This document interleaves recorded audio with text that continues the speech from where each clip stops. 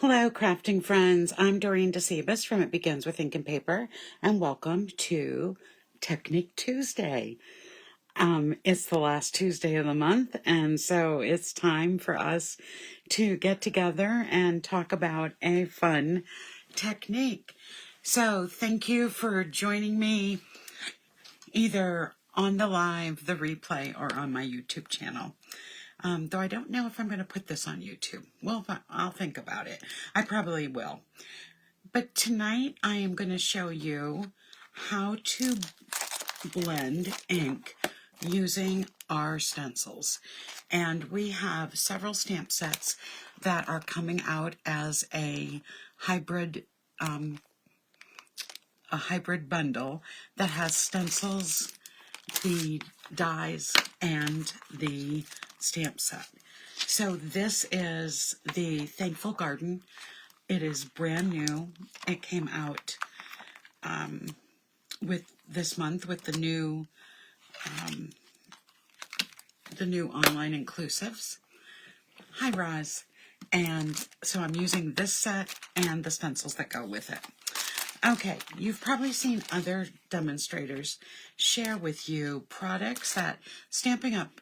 Doesn't sell, but they are very helpful. And so I'm going to share one of those products with you. I don't usually share this, but for this, I want to share something I use when I'm stenciling. So this is a media mat. So I'm just going to make sure there's no air bubbles in it because I don't want that. And this mat goes down on your glass mat, or you can put it down on a paper mat, and it doesn't move. So when I've already pre-stamped my image. When I put my image down on the paper, I can try to move it, and it's just going to stay there. And the same thing happens with my stencils. So it's really a helpful tool. Lots of companies make them. It's not something that's just geared towards one company, but lots of companies make them. So when I use stencils, you're going to see me using them. All right, let me tell you a little bit about our stencils. So these are our stencils. They're like a plastic, a thick, heavy plastic. And because there's two flowers in this particular set, if I go back to the stamp set, we have the hydrangea and we have this flower as well. We have a stencil for both of them. And our stencils are numbered in the order if you're going to use all of them. So there's a little number right here below that V. And I'm going to show you how to use that. If you're going to use all of our stencils, then this is those numbers are going to show you the order in which you are going to use them. I also pointed out that they have that little notch there.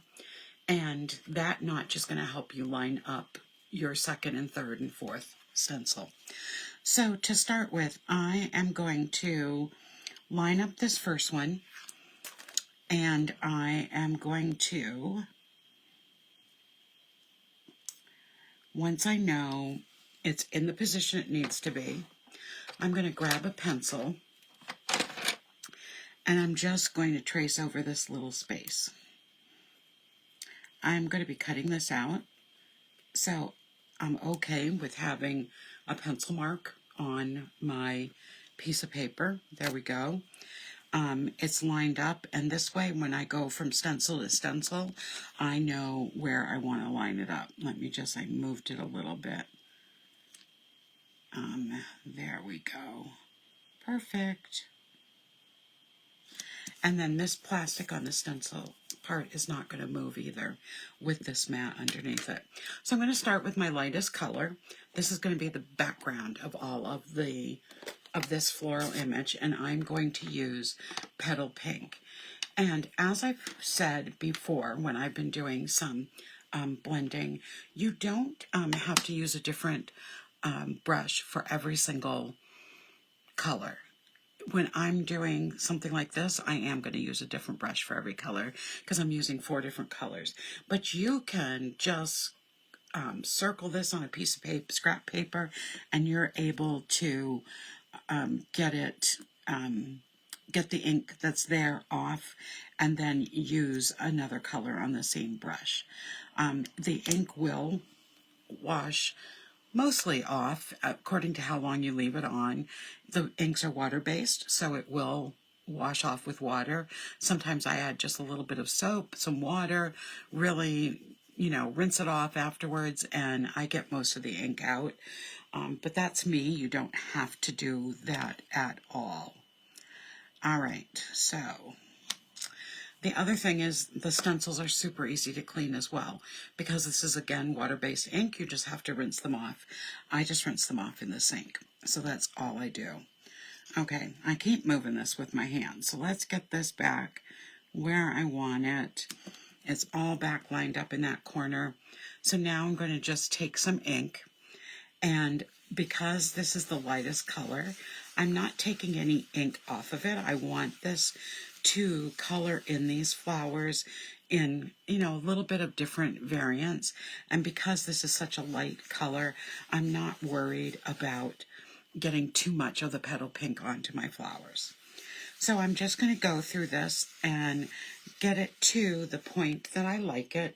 This one is just empty. I'm coloring it all. So when I take it out, you can see that it's colored perfectly. Not worried about, because this is so close to the edge. I do have some color here, but again, I'm going to be cutting this out, so I'm not worried. So I'm going to put that stencil aside, and I'm going to put, I'm going to use this for the second one too. So now I'm going to take number 2, and I'm going to line this up and just make sure I've moved the stencil exactly where it needs to be. And now I have some different images that are showing and showing up. So I'm just going to go through and make sure what is showing now is going to get a nice coating of ink.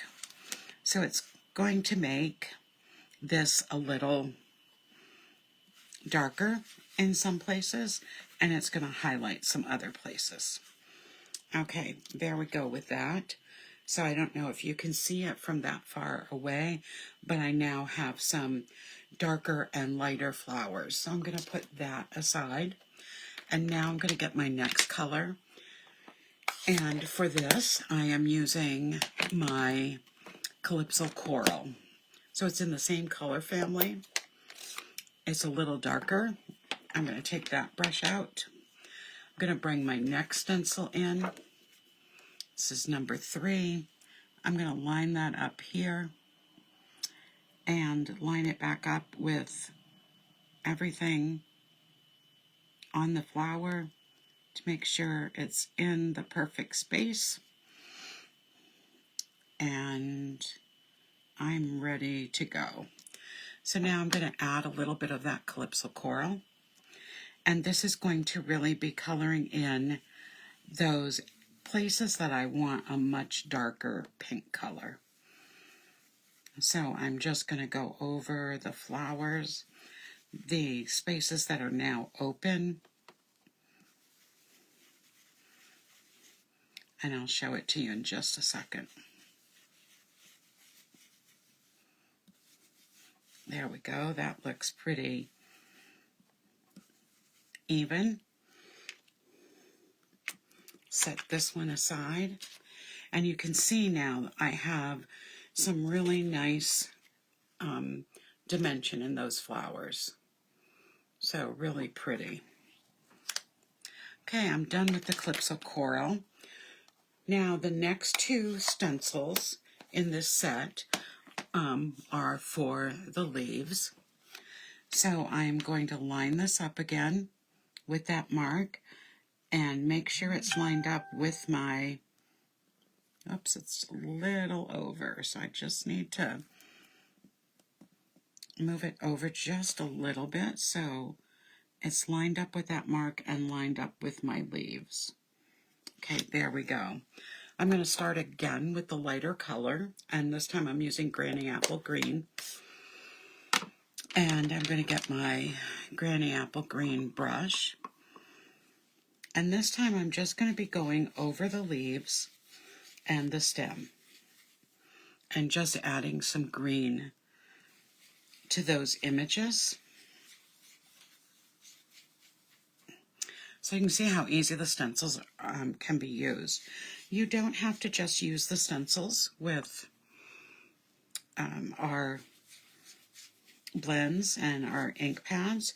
You can also use this, the stencils with markers, with colored pencils, and it's still going to help you color in beautifully. But I just love the blends and how well the colors just meld together. Okay, so now I am with Old Olive, which is our darker green, and I'm going to stencil number 5, which is the last stencil in this packet. So I'm just making sure it's lined up in both places, and I'm going to start taking some Old Olive, and again I'm going over those same spots, but the whole leaf is no longer visible. Some of it's covered with that plastic, and it's putting on some of the detail onto the leaves. So as you can see, this is super, super easy.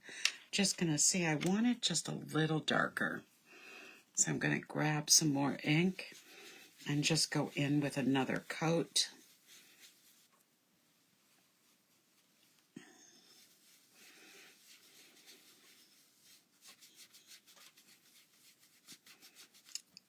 Let's see how that, oh, perfect.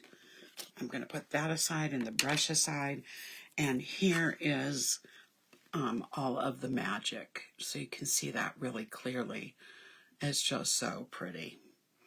And I did this darker than I did my original one, and I like it a little bit darker. All right, so to just speed things up a little bit, I'm done with this. Most of these mats come, if I roll it up now, it's just going to really stick together. So I just put the piece of plastic back over it, and you can just roll it right back up. It comes right off of your surface, whether it's your grid paper or your glass mat like I have. And then I just store it in the box. There are some that are bigger than this, some that are smaller than this. This is a good size for me, so that's why I like using that one. Okay, so like I said, I'm not doing any stamping tonight because I was just showing the blending technique. So I've got everything ready to put the card together. So here's the die cut. It die cuts really nicely. I put the background that this is going to go on through one of the embossing folders I have. I'm using the one, it used to be part of the basic package. There were 3. I still really like those, so I use them a lot. So here's the front of my card.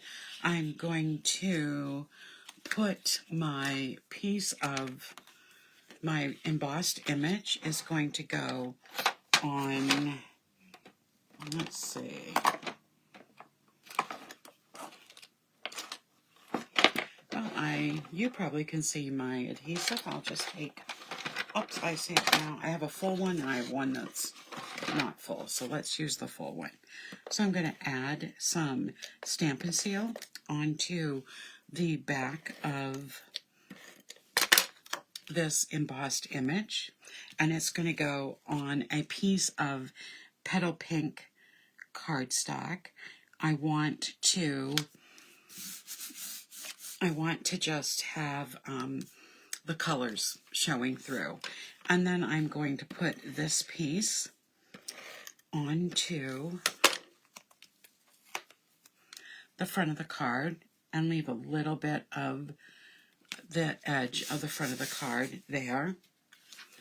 I'm going to put a piece of basic white cardstock inside so I have a place to write.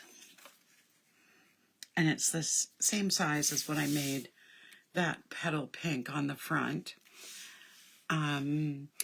It is called, Roz's question was, what is the mat called? It's just called a media grip mat. So media grip is what it's called. And then I'm going to put my die cut on the front. I've got my sentiment all set. And so I'm just going to take some dimensionals to put this up on the back. So the ink with the stencils just work so nicely.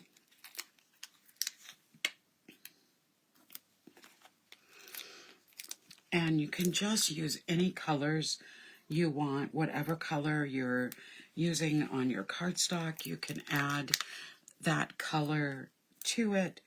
It's just so pretty. And like I said, the hydrangea just looks so nice. Like I said, we have other hybrid bundles, and we have a couple that some of the hybrid bundles have an embossing folder with them that also can die cut images, and some have the stencils like this. I'm going to show you one other card I made, and I am going to show you some other blending techniques in my upcoming Technique Tuesdays. So for this, you're going to see that I'm putting on double the amount of dimensionals, because this is already up on dimensionals, and I'm going to want one end off of that. So I have to put 2 dimensionals on to account for this one already being up. So I'm going to add this right across the front, just making sure it's straight. Much better. And then I'm going to I keep my ribbon on a little rack right next to my desk. So I'm going to take this really pretty, this is the combo pack that has the white diagonal ribbon and the petal pink diagonal ribbon, and I'm just going to tie a bow.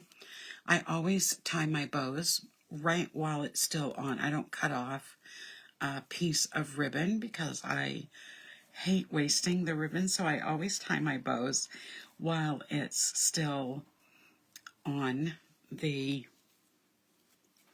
spool. That way I don't waste anything. And so all that ends up being wasted is whatever I end up cutting off over here, and that's just a little piece. So you can see I don't end up wasting much of the ribbon. And I'm going to put this bow right above where the greeting is to go across the flower. So I'm going to use, let's see, I think I like this side better. So I'm going to use some dimensionals. Not dimensionals, glue dots. I don't know why I said that. You can tell it's been a long day. I had science club today, and my goodness, they were a little rowdy. I'm just going to cut this a little shorter so it doesn't go down onto, that still doesn't waste a lot, so it just doesn't go down too much onto the sentiment. There we go. So, well, I'll put it a little higher so it doesn't. So there we go with that.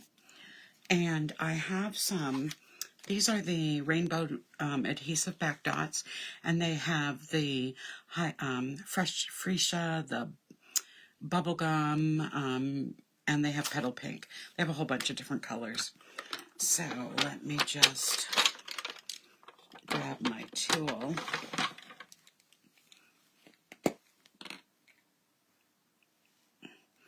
And we're going to put some of these on.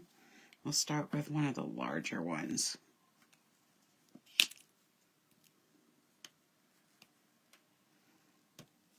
That just doesn't want to come off. So I'm just going to pick it up with my finger. And I'm going to put it right down here on this corner. And then I'm going to take 2 of these smaller petal pink and put them right up here.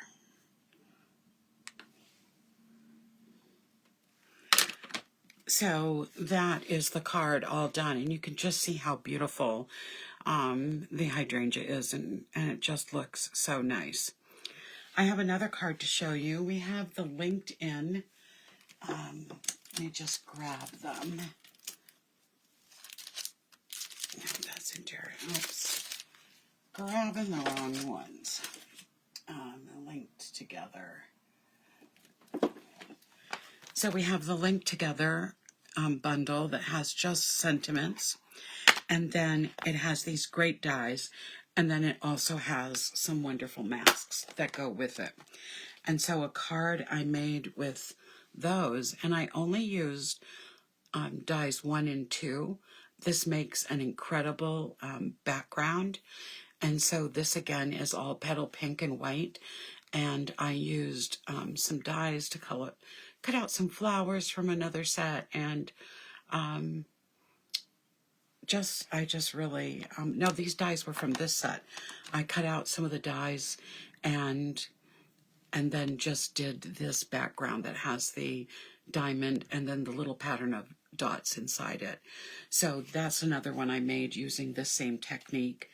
And then, of course, I have another one of the cards that I made. So I will be sharing more with you about the different ways to use the blends and how to blend ink. And so be looking for that in upcoming Technique Tuesdays.